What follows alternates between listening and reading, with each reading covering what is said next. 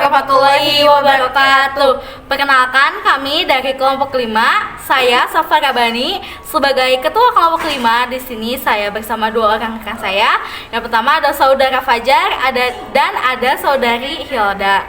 Di sini kami akan menceritakan sinopsis dari novel Ronggeng Dukuh Paruk karya Ahmad Tohari.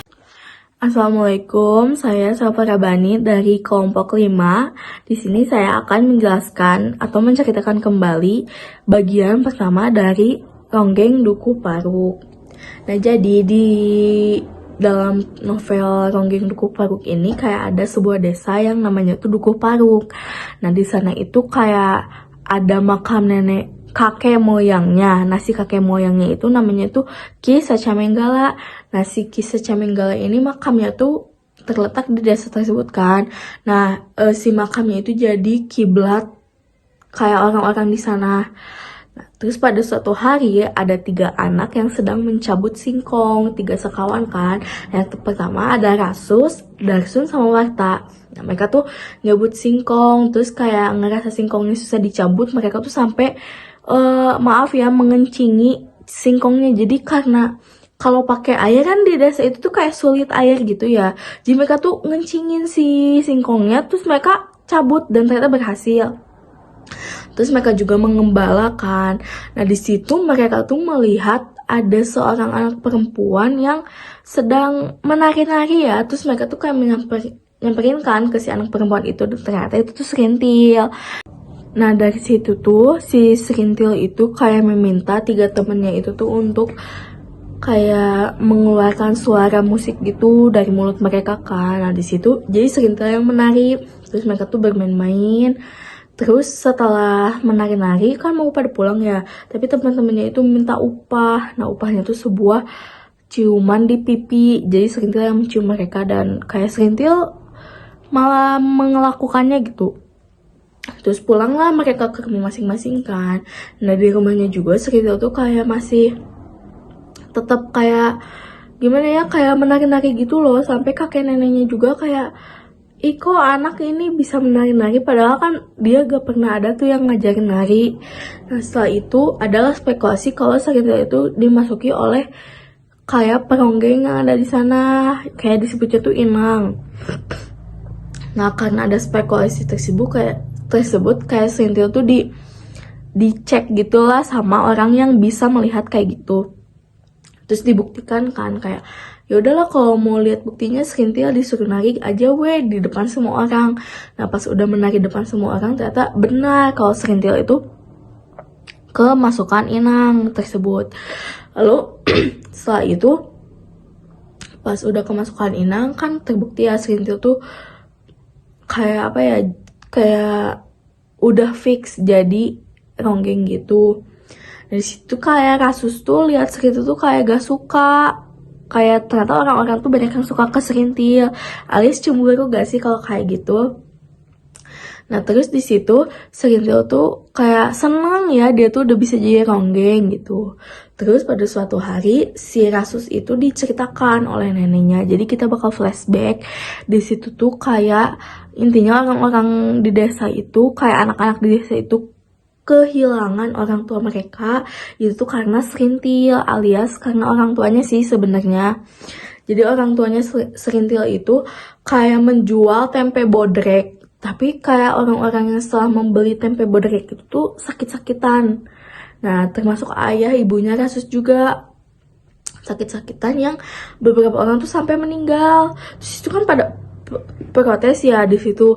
Terus akhirnya ayahnya si Serintil itu kayak meminum si tempe bodreknya itu beserta istrinya. Tapi kayak awalnya tuh baik-baik aja, cuma ayahnya juga meninggal. Nah, di situ selesai deh. Kayak ternyata kayaknya emang tempe bodreknya itu gak tahu emang racun, gak tahu gimana. Terus kita balik lagi ya ke masa depan. Di masa depan juga si Serintil kan udah senang ya bisa jadi ronggeng. Terus dia tuh kayak apa ya, kayak ada adat kayak gitu kalau misalnya jadi ronggeng tuh harus gimana. Yang pertama kayak Serintil itu harus mandi di makam Ki Sacamenggala. Nah, itu tuh dilihat sama orang-orang. Terus di sini juga Serintil kan kalau jadi orang geng tuh pasti banyak uangnya ya. Tapi awal-awal tuh Serintil tuh gak punya uang. Kayak maksudnya uangnya tuh dia tuh cuma dapat saweran aja, enggak yang ditarif gitu dari orang-orang, enggak. Nah terus adalah kayak momen kayak ada malam kelambu. Iya malam kelambu gitu. Kayak apa gitu yang pokoknya kelambu gitu, atau gak kayak kasarnya tuh ngambil keperawanannya si Serintil. Dari situ kayak sayembara gitu, terus di tarifnya tuh sebuah keping emas. Kan di situ kayak orang-orang sebenarnya tuh keping emas tuh sangat amat wah gitu ya di sana tuh. Jadi kayak orang-orang juga kayak ngerasa mahal. Terus kan laki-laki yang ngedenger itu tuh langsung ya berbondong-bondong kayak mencari keping emas itu, kayak gimana caranya biar dia bisa tidur di sama Serintil gitu. Terus di situ tuh kayak ada orang namanya tuh Doer. Doer ini tuh kayak datang gitu loh. Terus kayak nanya kan ke kakeknya Serintil, katanya di sini ada sayembara ya. Terus kayak kata kakeknya tuh, iya kamu tahu kan syaratnya yaitu harus membawa sebuah kepingan emas. Terus kata si Doer tuh kayak dia tuh gak bawa kepingan emas tapi bawa 2 buah perak gitulah. Terus kata kakeknya tuh kayak gak bisa, tapi kata si Doyak tuh ya ini buat jadiin DP aja. Kalau misalkan ada orang yang bawa kepingan emas itu kayak udahlah gak apa-apa, jadi yang itu hangus gitu sebelum malam itu kan. Nah tapi si Doyak tuh malah malamnya tuh bawa kerbau. Nah pas udah bawa kerbau, padahal kan si perak sama kerbau itu pasti melebihi kepingan emas kan harganya tuh. Tapi si kakeknya tuh kayak gimana gitu. Terus datanglah si Sulam. Nah si Sulam ini tuh kayak anak kepala desa sebelah gitu.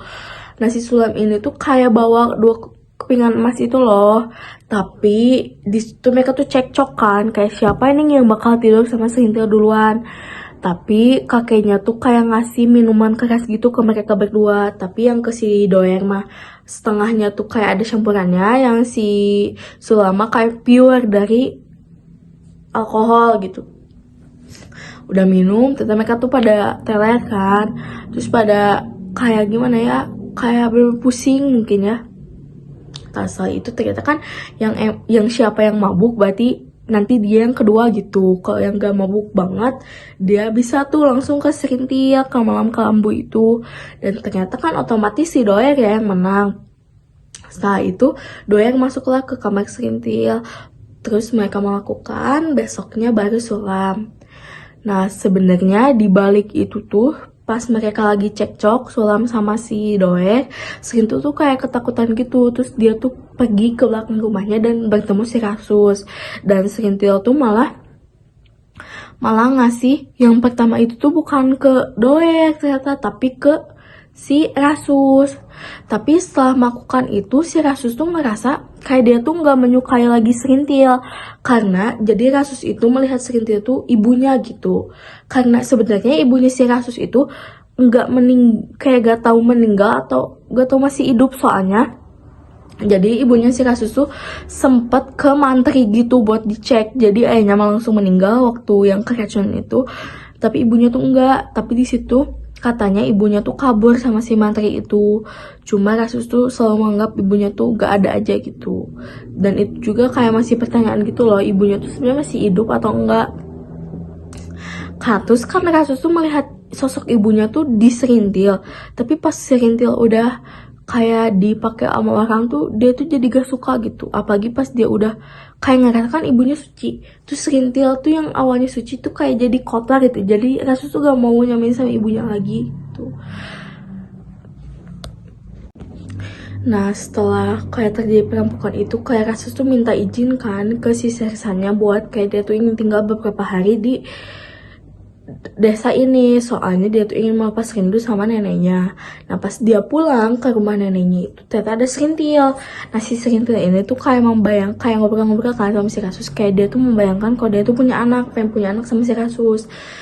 Tapi si Rasus tuh kayak kan bilang ya kalau si Serintil tuh intinya keinginan si Serintil kan buat jadi ronggeng. Dan otomatis Serintil tuh bukan punya dia doang, tapi punya semua orang yang ada di desa gitu. Jadi kayak dia tuh harus berbagi, nah dia tuh gak mau. Nah, setelah beberapa hari itu tuh Rasus tuh kayak pindah ke desa sebelah yang namanya tuh Pasar Dauhan kan. Di situ dia tuh kayak jadi pegawai gitu, pegawai ngupas singkong gitu, karena kan dia ada keahlian ya, di desa sebelumnya dia kan jago kayak cepet gitu. Nah, desa itu juga kayak udah kesebar gitu berita tentang malam kelambu, buka kelambu itu yang serintil, tapi Rasus tuh gak suka kayak orang-orang tuh ngomongin kayak gitu kan. Terus gak lama dari itu tuh kayak ada serintil ke desa itu buat kayak belanja, tapi Rasus tuh kayak tetap ngehindarin serintil kan. Nah, serintil udah pulang ke desanya, terus dia tuh datang lagi ke Pasar Dauhan tuh. Nah, ternyata tuh si Rasus juga kayak udah gak mau sembunyi-sembunyi lagi, jadi dia juga kayak bertemu lah sama si serintil gitu. Kayak ya ngobrol-ngobrol, mereka juga, terus mereka tuh flashback ke malam itu, dan situ juga malu-malu. Terus Cynthia pulang lagi deh setelah berbincang-bincang itu. Nah, setelah Cynthia pulang tuh kayak datanglah beberapa orang tentara kayak sekitar 20-an. Jadi kayak buat ngamanin desa itu, soalnya ada beberapa kabarnya gitu tuh ada perampok. Nah, di sana tuh kayak si tentara-tentara itu tuh kayak cuma buat ngamanin doang kan. Terus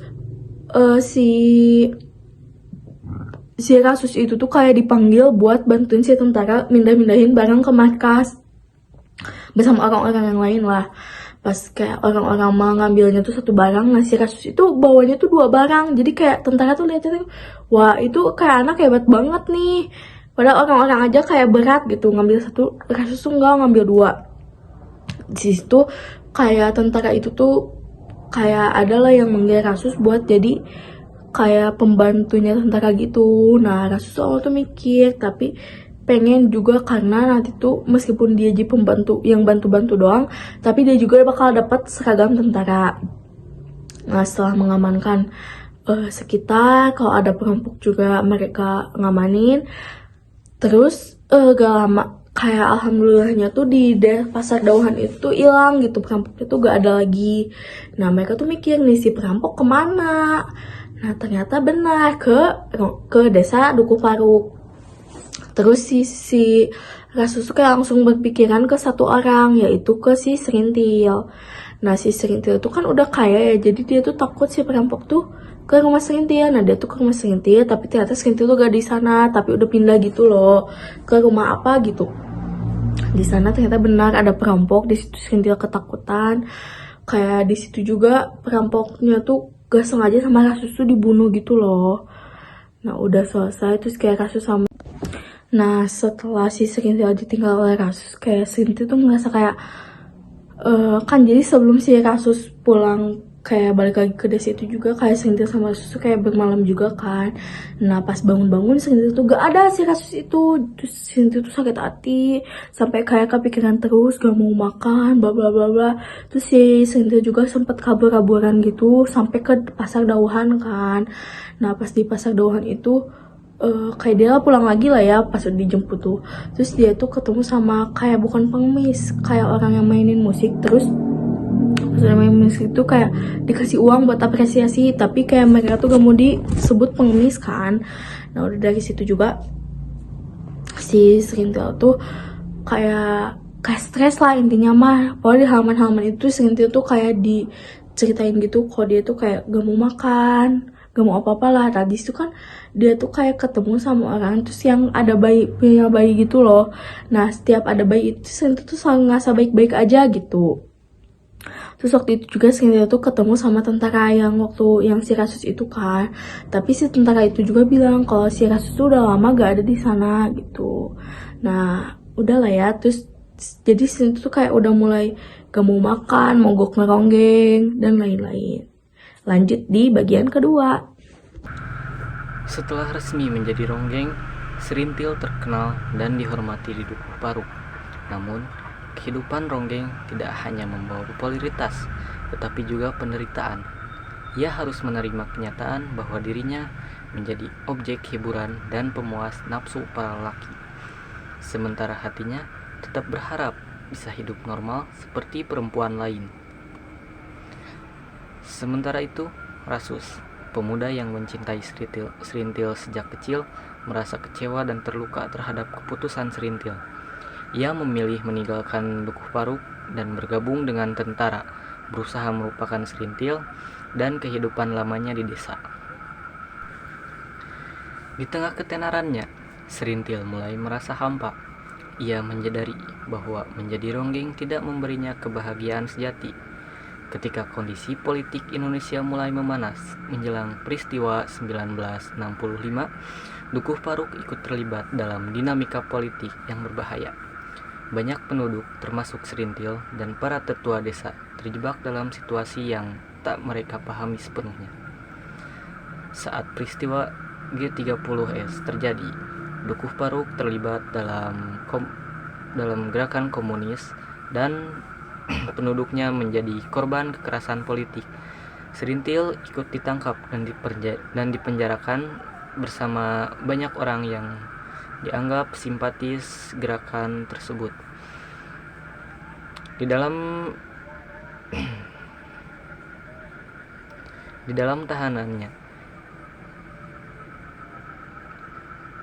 tahanan, ia kehilangan semua yang dimiliki, termasuk harga diri dan keharapannya.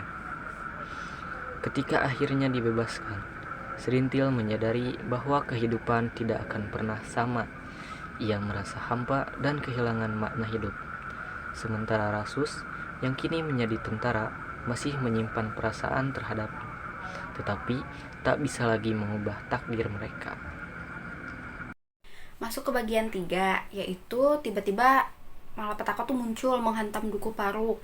Dukuh Paruk itu diguncang oleh panasnya dunia perpolitikan, di mana Dukuh Paruk tuh dituduh menjadi anggota Partai Komunis, yaitu ada keterlibatan dengan oknum partai lainnya.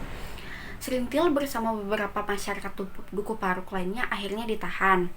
Pada suatu hari, ada seorang anak dan adiknya duduk di tepi Dukuh Paruk.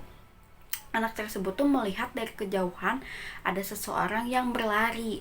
Semakin dekat dilihatnya, ternyata orang tersebut tuh Serintil. Nah, Serintil ini menjadi orang Dukuh Paruk yang paling lama ditahan, yaitu selama 2 tahun. Setelah itu dia bebas dari tahanan, tetapi kehidupannya tuh sudah mulai berubah. Serintil ini tuh mulai tertutup dengan orang lain. Pandangan orang lain ke Serintil ini tuh udah mulai berubah karena Serintil ini tuh identik dengan Partai Komunis, dan Serintil ini tuh menjadi bekas tahanan juga. Setelah sekian lama ia bertemulah dengan Bajus, yaitu seseorang lelaki yang mulai dekat dengan Serintil. Nah, ketulusan dan kebaikan Bajus ini menjadi Serintil menjadi terbuka dan dekat dengan Bajus. Semakin hari Serintil dekat dengan Bajus, kehidupan Serintil itu sudah mulai membaik. Tetapi di sisi lain, Rasus yang telah lama tidak pulang, akhirnya si Rasus ini tuh pulang ke Dukuh Paruk karena Rasus sedang berlibur. Tetapi mengetahui hal itu, hati Serintil tuh sempat tidak teguh pendirian karena Serintil masih menyimpan rasa terhadap Rasus. Tetapi Serintil juga tidak bisa berbuat apa-apa. Dia menyadari bahwa ia tuh sedang dekat dengan Bajus. Nah, suatu hari Serintil tuh diajak Bajus, yaitu untuk mengikuti acara tertentu. Tetapi di balik semua ini tuh Bajus telah memiliki rencana yang sangat jahat terhadap Serintil karena si Bajus ini tuh mau menyerahkan Serintil ke bosnya sebagai hadiah karena agar bisnis si Bajus ini tuh semakin lancar. Nah, Serintil tuh sangat terpukul karena sudah terlalu percaya dengan Bajus. Namun si Bajus ini tuh merupakan lelaki yang sangat jahat. Karena itu Serintil tuh mengalami gangguan jiwa dan Serintil tuh menjadi perempuan yang gila. Melihat kondisi Serintil yang memprihatinkan batin kan. Akhirnya Rasus merasa iba dan dia akhirnya membawa Serintil ke rumah sakit jiwa. Baik, sekian dari kelompok kami. Mohon maaf apabila banyak kekurangan, karena kesempurnaan hanya milik Allah. Wassalamualaikum warahmatullahi wabarakatuh.